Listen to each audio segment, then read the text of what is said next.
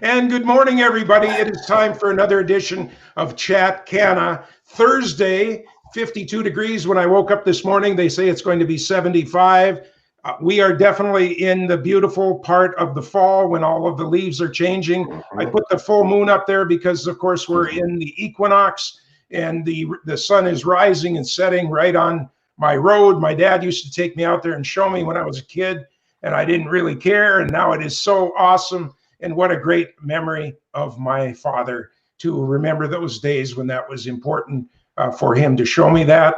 And then the bus would come and I'd go to school and it was like, yeah, okay.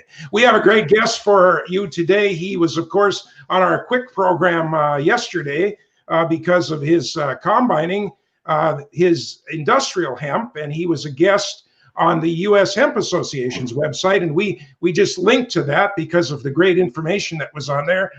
He is Chris Adams from the Adams Family Farm in East Grand Forks, and also you're on the North Dakota side of the river too, right? Yeah, we're actually a North Dakota company because, who wants to pay those taxes over there? we don't do taxes here. Yeah, no. But yes. It's a choosing thing if you want to. And so the frustration, of course, is you have to go across the river all the time, and that's what a choke point that is, right, for the sugar beet trucks and for the equipment. We go right downtown, so it's it is what it is, but a frustrating moment all the time, and you have to cue your drivers to be especially careful because driving through downtown at 2 and 3 in the morning gets pretty insane on a normal year. So right where all the bar closed. Crookston, when they did the bypass, that was the big event for us here because everything that we have is north of Crookston, and we always had to go into town, make that 90-degree corner, and then another 90-degree corner. And when they wiped that out, it was just it saved money and it saved time, and the drivers were way happier because they didn't have to do that kind of stuff. Well, if you could see us on a map where our home farm is and our Minnesota farm, we're 1.25 miles away from each other, but a 20-minute drive because there's no bridge right here. So you got to do what they do in Germany. They have a big cable, and they have a thing that you can drive that you could drive your equipment on, and the propeller, you can't steer it. The propeller is either in forward or reverse, and it just follows the cable across, and then it'll follow the cable back. And I won't tell anybody if you put one of those down there on the river. It might save me. Might already have one. Shh. Yeah, don't tell anybody. Well, hemp today is the big question, of course, because you are the pioneer hemp farmer up here in the Northern Valley for sure. And we were so happy that we connected with you when we got into it the second year, because the first thing you told me is, John, believe me, don't believe me, but the thing that I want to tell you right out the gate is be really careful. Don't trust anybody that you talk to on the phone until you verify, check it out, verify 3 more times, and then maybe what they're telling you is the truth, because it's a new industry. It's the wild, wild west. And I'm not sure that it's settled down too much yet. What are your thoughts? It's getting a little bit better. Some of those scoundrels have been weeded out of the system for the most part. I mean, it still happens because there's new states coming on board, but yeah, it was a roller coaster, and especially down to the genetics part of it. So it's a really interesting dynamic. It is, and I guess you just thought, well, nobody in agriculture would be like that, but boy, the players got in the game and they were pitching this and they were pitching that and promising this and promising that. So it was the best advice that I ever got, I think, in my agriculture life. And thank you. But you're welcome. Along with that, it's been just the greatest adventure to be part of a new crop coming online. In 59 and 60, my family and probably yours got into sunflowers. It was the brand new thing, and it fit in the rotation. And of course, the sunflower genetics at that time were terrible because the backside of the head was like a log. It was like slicing a 2-inch log, and it beat up the combine so bad. And it was just, but of course, now over the years, they've made that head so that it goes through the combine like butter, and farmers harvest a good crop, and the world has changed. And soybeans came to North Dakota, rapeseed, canola came to North Dakota, and now industrial hemp is coming to North Dakota. And NDSU is very, very excited about it. They think it's a new crop that's going to fit and be able to farm from border to border. Well, that's the one thing it's good for. And, you know, I'm more excited about the building material side of it, to be completely honest. I've always thought that was going to be the big thing, but there's a lot of hoops to jump through before that makes it mainstream. And people are pushing forward for that. And a lot of it is building permits. So hopefully we get some of that stuff pushed through and can use it. So how did it start for you? Did you go to a meeting or a convention, or where did it start? Actually, it all started, a lot of what we're doing on the farm today, whether it's hemp or exporting dry beans or whatever we're doing, started in, I don't know, 2014. I was in TPAP in Texas, which is the agricultural, TPAP, the Executive Program for Agricultural Producers. And it's put on by Texas A&M. So it's every year, a 2-year program, pretty much a week long from 7 in the morning until 9 p.m. And then you go over it. It's pretty much really taking the family farm dynamic out of the family farm and pushing it to a professional Main Street business, like trying to get it. I mean, it's bigger than most Main Street businesses already. It's just trying to get it streamlined with the correct business approach. Okay. So it really changes your brain and how you think about stuff. And the most beneficial part of it is the networking, which is kind of where we start. So I met a man there from North Dakota, Roger Gushis from Carrington, and he already is exporting oil seeds all over the world. So that got me into the exporting side of it, like digging into it, because we have some pretty niche dry beans here that we do. So that's how we got into that. But he also was sniffing around the hemp industry. So him and I started to sniff a little bit together, and well, here we are. He's crushing, he's crushing the seed and I'm producing it. So he's kind of the catalysts for a lot of these wacky ideas I've been getting on here lately. So well, not so wacky. So the part that the crushing he's doing is the actual hemp seeds. Let me get a background of that here. Too many pictures going. Oh, I don't have that one right now today. But the actual hemp seed, here we go. Like, so this is what we're talking about. Yeah, right. The hemp seeds themselves.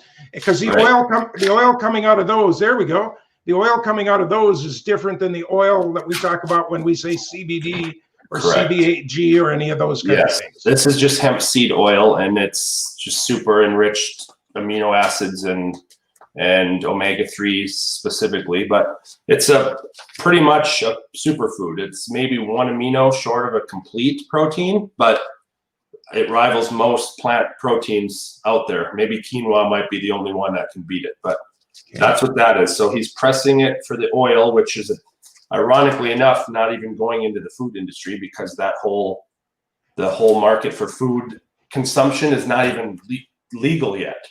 Okay. So a lot of it's going into beauty products, stuff like that. And then the leftovers, which is the cake, which holds all the protein, that gets ground up for a protein powder that you can add into pretty much anything. So we're making progress in that regard, but it's like the food sector is the least buyer right now, and it needs to be the most. So we're getting there. And who's holding that up? Is that the FDA? Pretty much, and pretty much. Like we can feed it to ourselves. I mean, it isn't illegal to eat hemp seed. It's just we can't use it as a supplement for animals or anything and we're doing that now. Like there's a lot of people pushing for that. So it's coming. It just needs a lot of testing. So, okay. And then these are the hemp hearts, what's hard to see there. So essentially it's the seed dehulled. So you take the crunchy hard layer out, and then you just have the nut left. And you can buy these in stores and supermarkets, and that's just for snack. It's really pretty good. So, how is it processed then? Is it baked or heated to dry it, or? No, It's literally, you run it through a process that cracks the shell off of it, and then it drops it through, and then you clean it and you bag it. There's not any, I mean, I suppose you could get roasted hemp hearts, but no, it's just right out of the seed. So no kidding. And now, could you cook with that? Could I grind that and make a flour that would? Has that been tested yet? Is it? Actually, there is. It has been in tests. There is a company that just is buying a few totes of my stuff. I'm trying to get my focus. Face yeah, that's focused. right. I don't know why it isn't focused. I think I messed it up with this. So we'll see. There we go. There we go. Yeah. So anyway, they're looking at buying some hemp seed from us to make tortillas.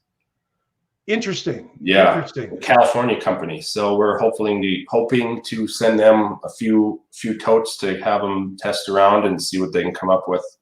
Now, when you say a tote, is that like what fits on a pallet? So 4x4 by super sack, yeah. Super sack. Okay. Yeah. Wow, that would be an awesome step forward.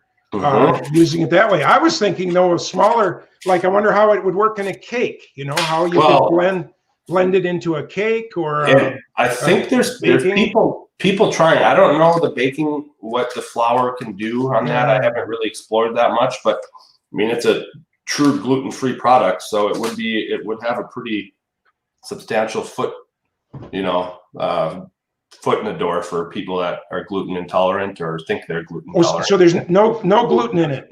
No gluten. Well, that's interesting. I have a cousin my same age, retired now, but she developed some of the food that was used on the space station, for instance, from Iowa State University, and that would be real interesting to get a couple of pounds of that in her hands and see what what she could do with that. That would be really an interesting thing. She's always been thinking ahead. Her thesis was on why green beans turn brown, from the field to the cannery, because that's the automatic eyes are looking at it and they pop out any green bean that has a brown thing on it, because people in their frozen or cans of green beans don't want that brown spot that the organic folks love. It's like, oh, it's organic, it's real. But anyway, that's, of course, it knocks that out, and that cuts into your percentage of viable products. So that was her whole thesis, was to figure out how to stop that from happening from the field from the canning. So that's in everything, even in hemp parts. Like when they dehull this, there's the endosperm of the plant, and it's going to be hard to show you, but essentially it's like this black part of the seed. It's the most probably nutritious part. But anyway, it's whatever you see, that black spots in here are the endosperm, and you sell that to China. Buys a lot of this, and they want it white, so they take the endosperm out.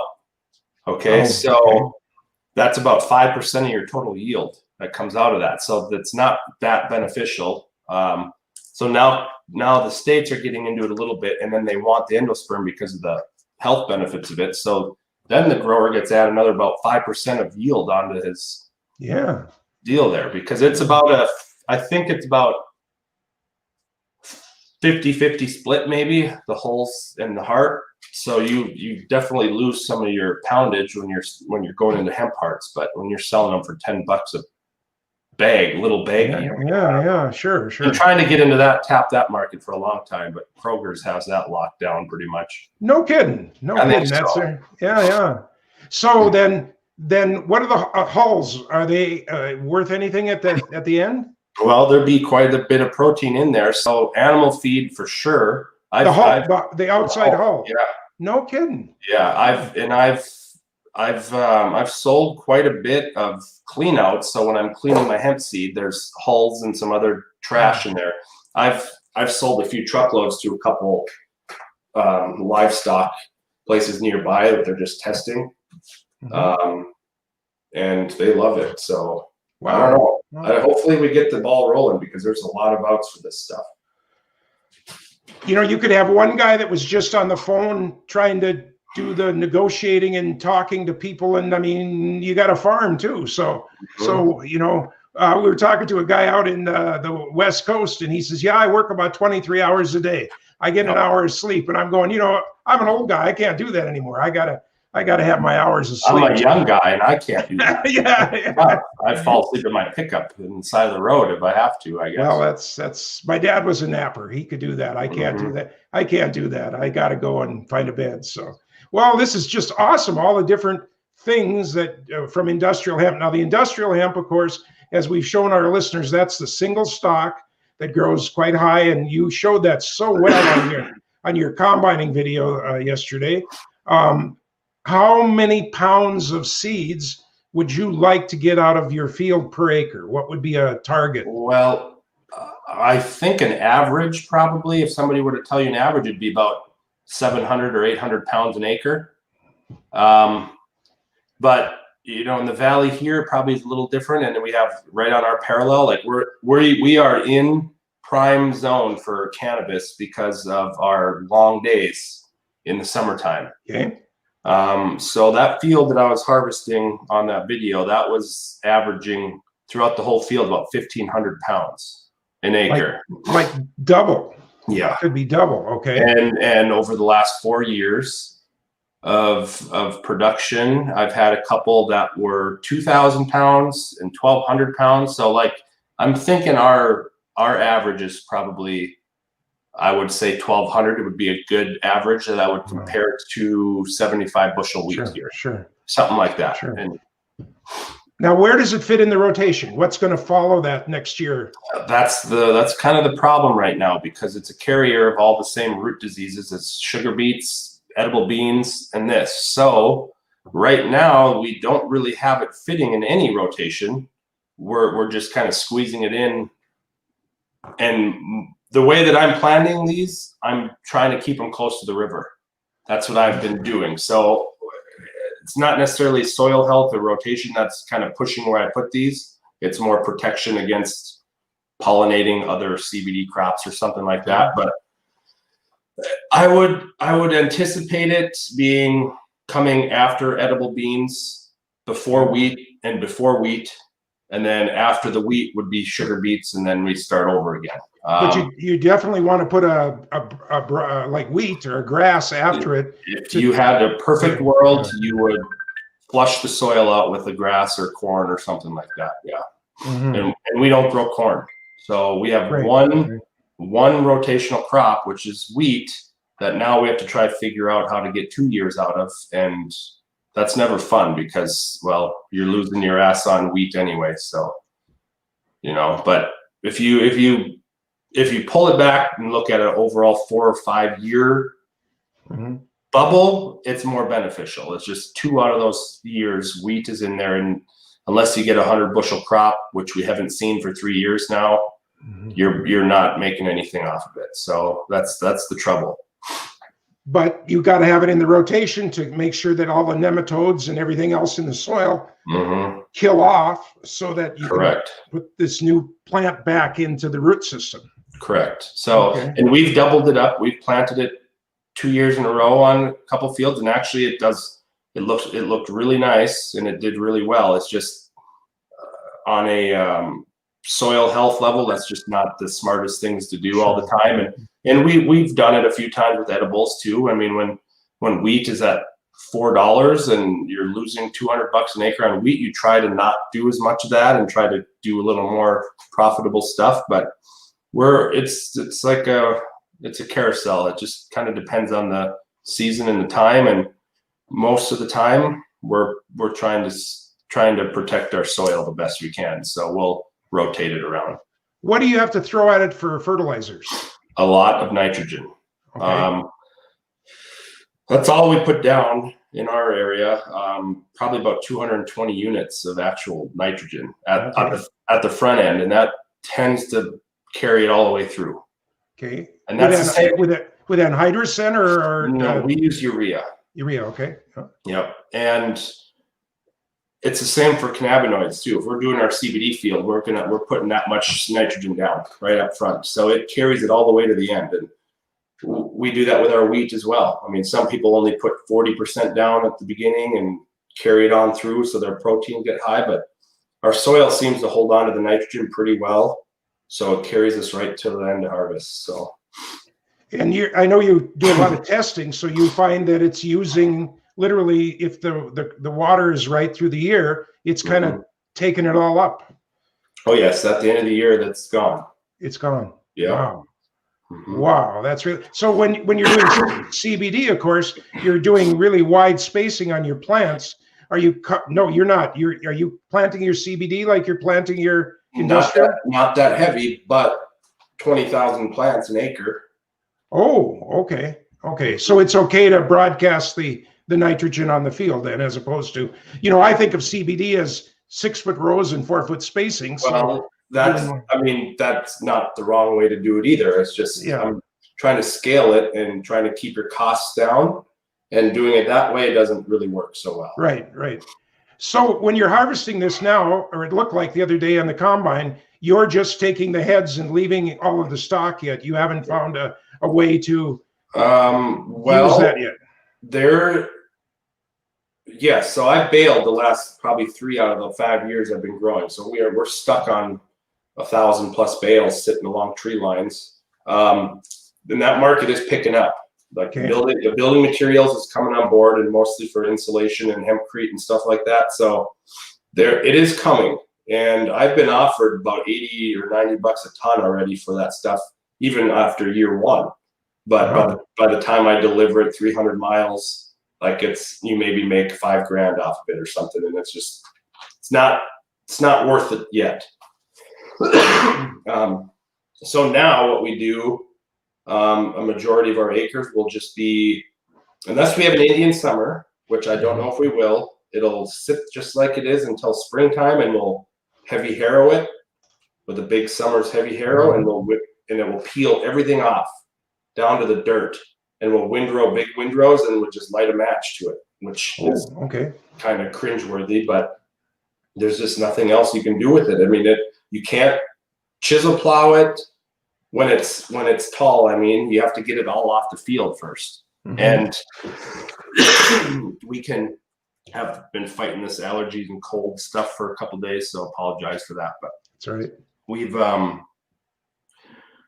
so there's a double-decker header you can get. So you're cutting the tops off at the same time you're swathing it down and windrowing it. And that's probably the ideal situation, because coming in to swath it after you combine it and drop that stringy stuff off the back is pretty troublesome. So what if you went in with like a sugar beet rotobeater and just tore the heck out of it?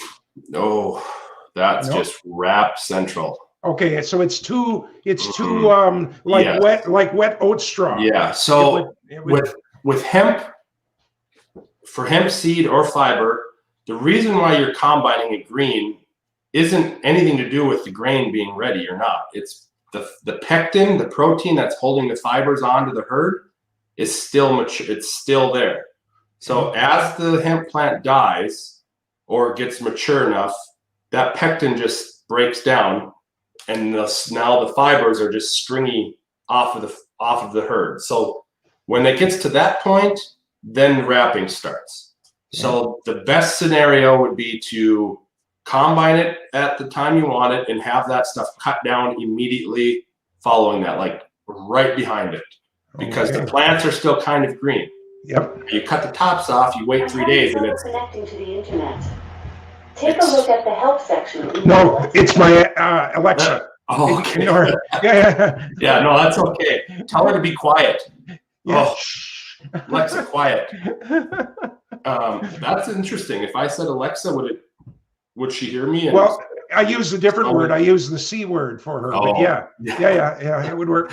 I don't know why, but I have a headset on too. I don't know. It's so sensitive that. Right. Oh well. In any case, that's kind of the trouble. Is the residual material is really hard to manage, and we've tested it. We've rolled it with a packer, and then tried to vertical till on top of it to break them, and bearings go out on that. Wow. A mower, a ditch mower seemed to work. You're going to have some wrapping, but we've done a whole field without any big problems. So that would work. Other than that, I mean, it's really, you have to get the material off the field, whether it's through a baler or through harrowing it and burning it off, because there's no other way to manage it. Interesting. Now, do you think genetics, like in 20 years, they'll have geneticized it to a more favorable condition? They've already started, and it's more on height, Uh-huh. how tall it grows. Because if it was 3-4 feet tall, the combine can cut it all down and take it all through the combine and drop it into a windrow for you, and then it's done. Right. But it depends on the market. If you're going for just seed, then you could deal with those short stature plants. But if you're doing dual crop, which is what people are going to want to do, then you want some height. Right. Height there to have some bales after the fact. And then if you go strictly fiber, now you're talking 12-foot plus plants. Right. So it just depends. The genetics have been around for a long time already. Like, I mean, a long time.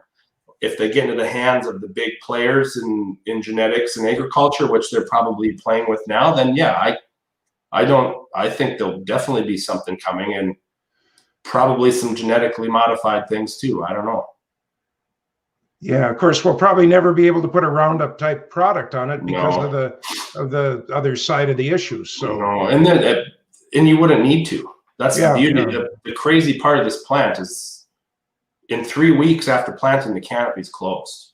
Like, it chokes out every bit of weeds there are, but that forces you to put it on a good, clean field. Yeah. You know, you can't put it on marginal stuff because the weeds will just overtake it then. Yeah. The weeds will overtake the weed. Yes. Yeah. Yes.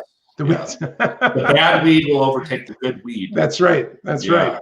So, not something you want. No. Not something you want. So let's move into your CBD product just a little bit. Already you kind of surprised us with the fact that you're planting at 20,000 plants per acre. Yeah. How are you then taking that off the field? What do you?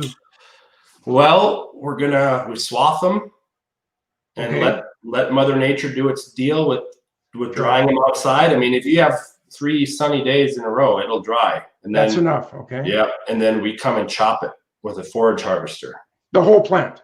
The whole thing that we swathed, we'll pick it up in the row and we'll chop the whole plant.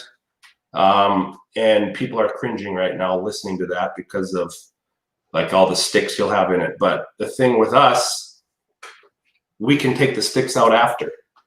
Okay. So we'll lose a little bit of the potency from just beating it up a little bit. Right. The trichomes come off. Yeah. But our forager, we built on a dust suction on it, a dust collection and generator. So right at the pickup head, we have a hood that's sucking that dust up in the bag. And then as we're shooting the material into the wagons, we also have one there. So we're actually mitigating most of that, and we're sucking the dust up. And then once we start cleaning the sticks out, we'll reintroduce that as a proper ratio back in. So last year we did it.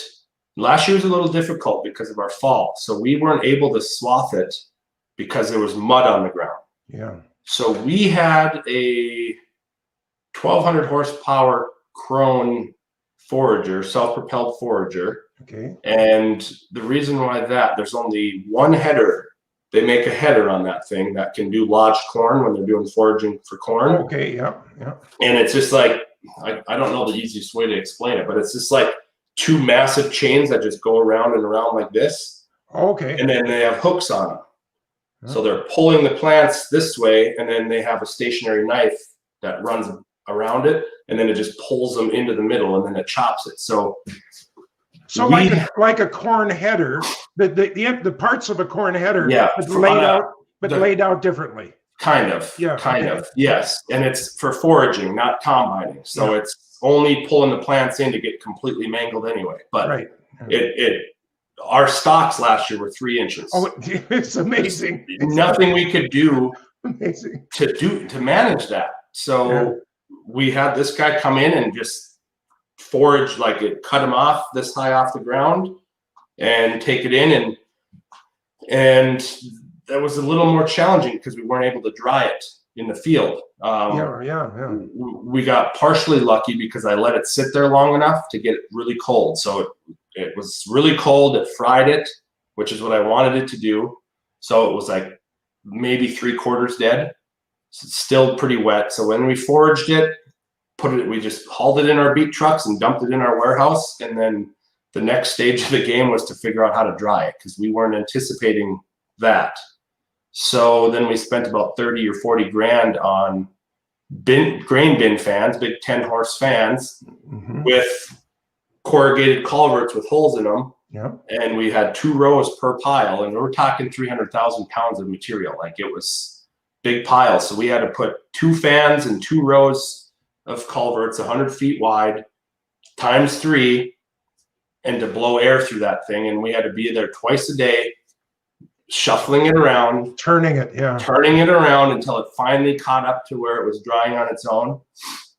And then from all of that process, so if we had the buds that we tested at the beginning to the biomass ready to sell, we probably lost 5 points. Oh, which it's way more than we were. Oh, wait a minute. You mean to go from 10 to 5? So like if we 15 to 10. Yeah. Oh, that's significant. Yeah. We lost about 5%, and that's because of the way we had to do it. We have no dust collection because we didn't use our equipment. We had to hire somebody to do it. So this year will be our plan initial again, where we'll let the Mother Nature do its course and dry it, and then we'll pick it up. And the first time we did that, we maybe lost 1 or 2%. Right. So it actually is really beneficial. And when you're talking scaling, our cost of production per pound is under 50 cents. Versus everybody else's that is like $3 or $4. Like, it's very difficult. You can't make it at all there. So that's why our scaling, I understand the markets for smokable and stuff. I mean, that is, you want the plant to have its room.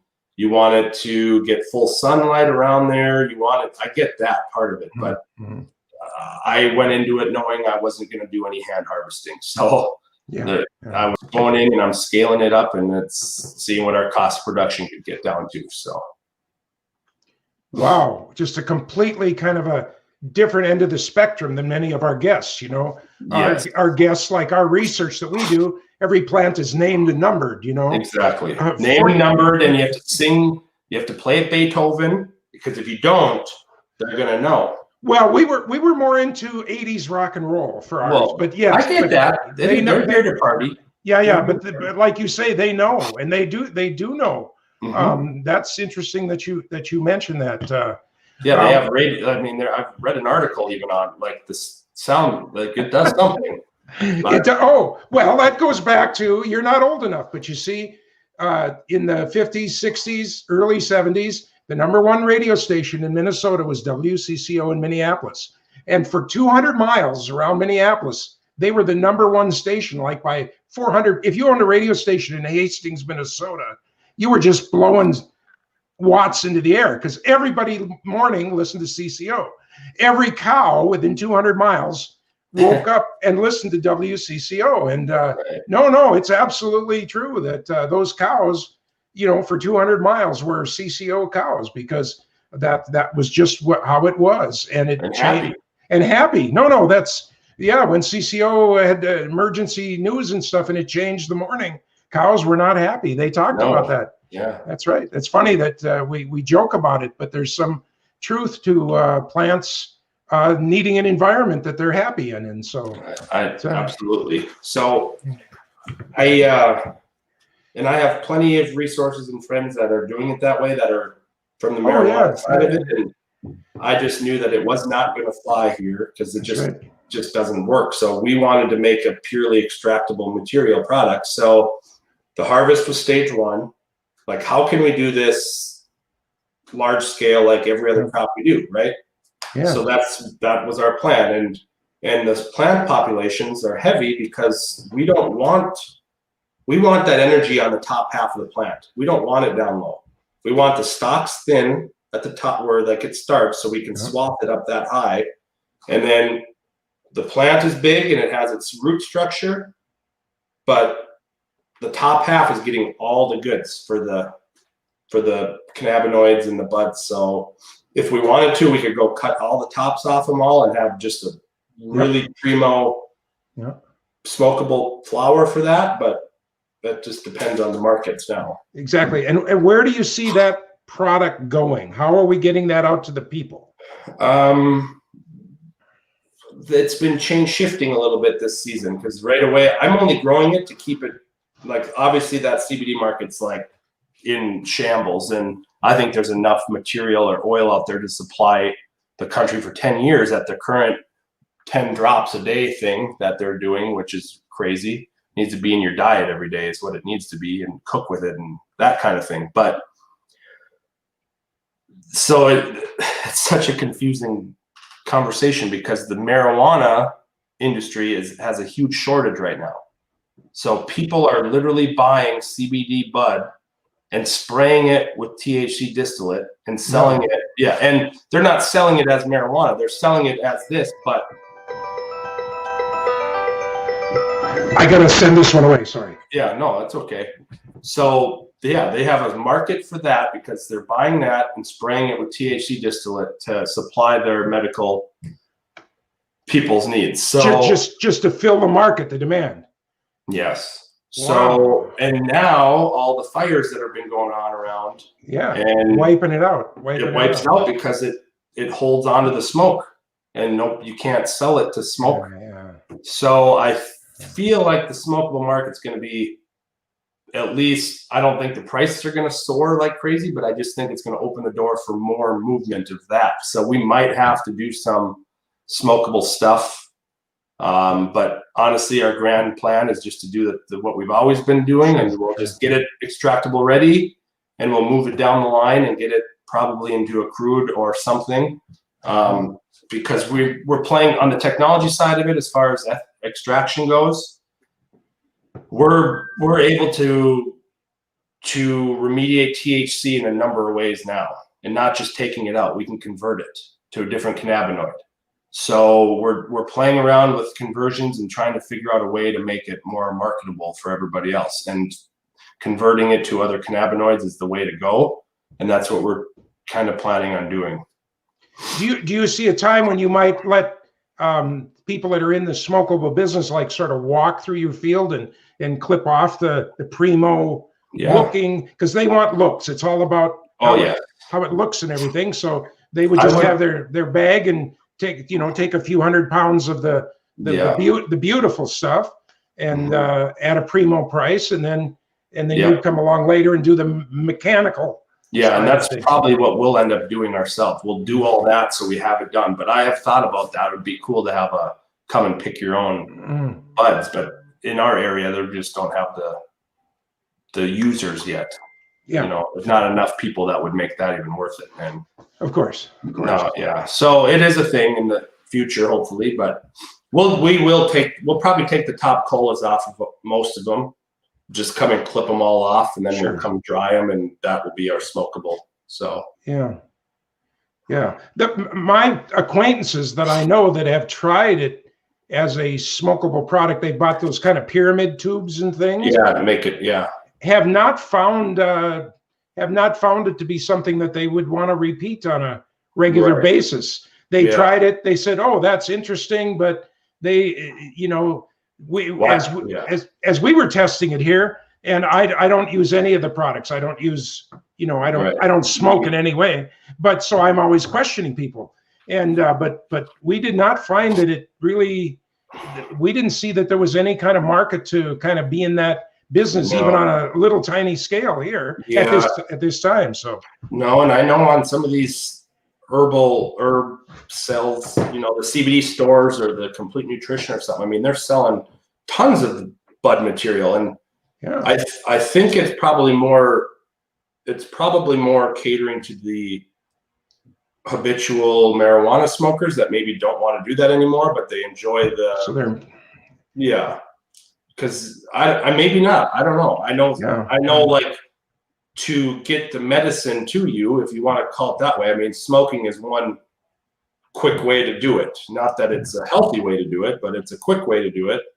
And if people find CBD to be helpful for them, I guess that's one way to do it. And again, I don't know. I'm not a smoker either, so Yeah. I don't really know. Well, we got into it because of the medicinal side of it. We believe that there's yet undiscovered benefits in the Right. chemistry of the cannabinoid, and that's why we're in it. That's the exciting part. We could go on for an hour telling you the details of that, but that's our belief, is that the yet undiscovered things that are going to be coming now that it's become legal, and that scientists can start really researching it, rather than, we'll try this, and then you get this one-off story that's really good, but you can't repeat it in a laboratory.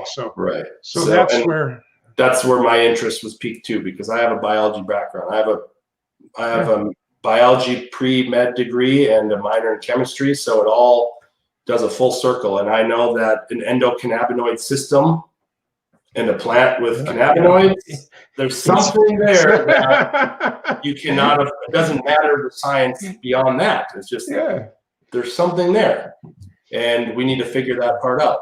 Yep. And I believe that there's going to be good things coming. I hope I live long enough to see it, because different than you're at the starting or the grassroots of your career. I'm sort of at the end of it, and I'm just excited to be part of it and see where it goes. Hey, this has been a wonderful show. We hope you'll come on again and just tell us a little bit more about what's happening over there at the Adams family farm. What a neat thing. And tell us a little bit about your farm. Is it your father that started it? Your grandfather? Where are you in the? I'm the fourth generation. So my great-grandpa. Yeah. Great-grandpa Ralph, and then Grandpa Daryl, and then Steve, which is my dad, and then me. And anything? Yes, I have two little girls and a little boy, so we'll see.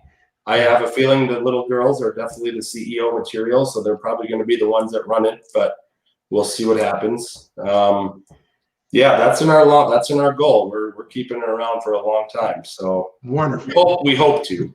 Well, and in our family too. I mean, I'm the fourth one. My great grandfather, came from Germany, and I'm not actively involved in farming, but on the different lines, we run quite a bit of sugar beets and soybeans and grain, and then I'm now in the hemp business. So it's a lot of fun, and I know that there are my cousin's sons, and now maybe grandsons are starting up. So it's exciting times.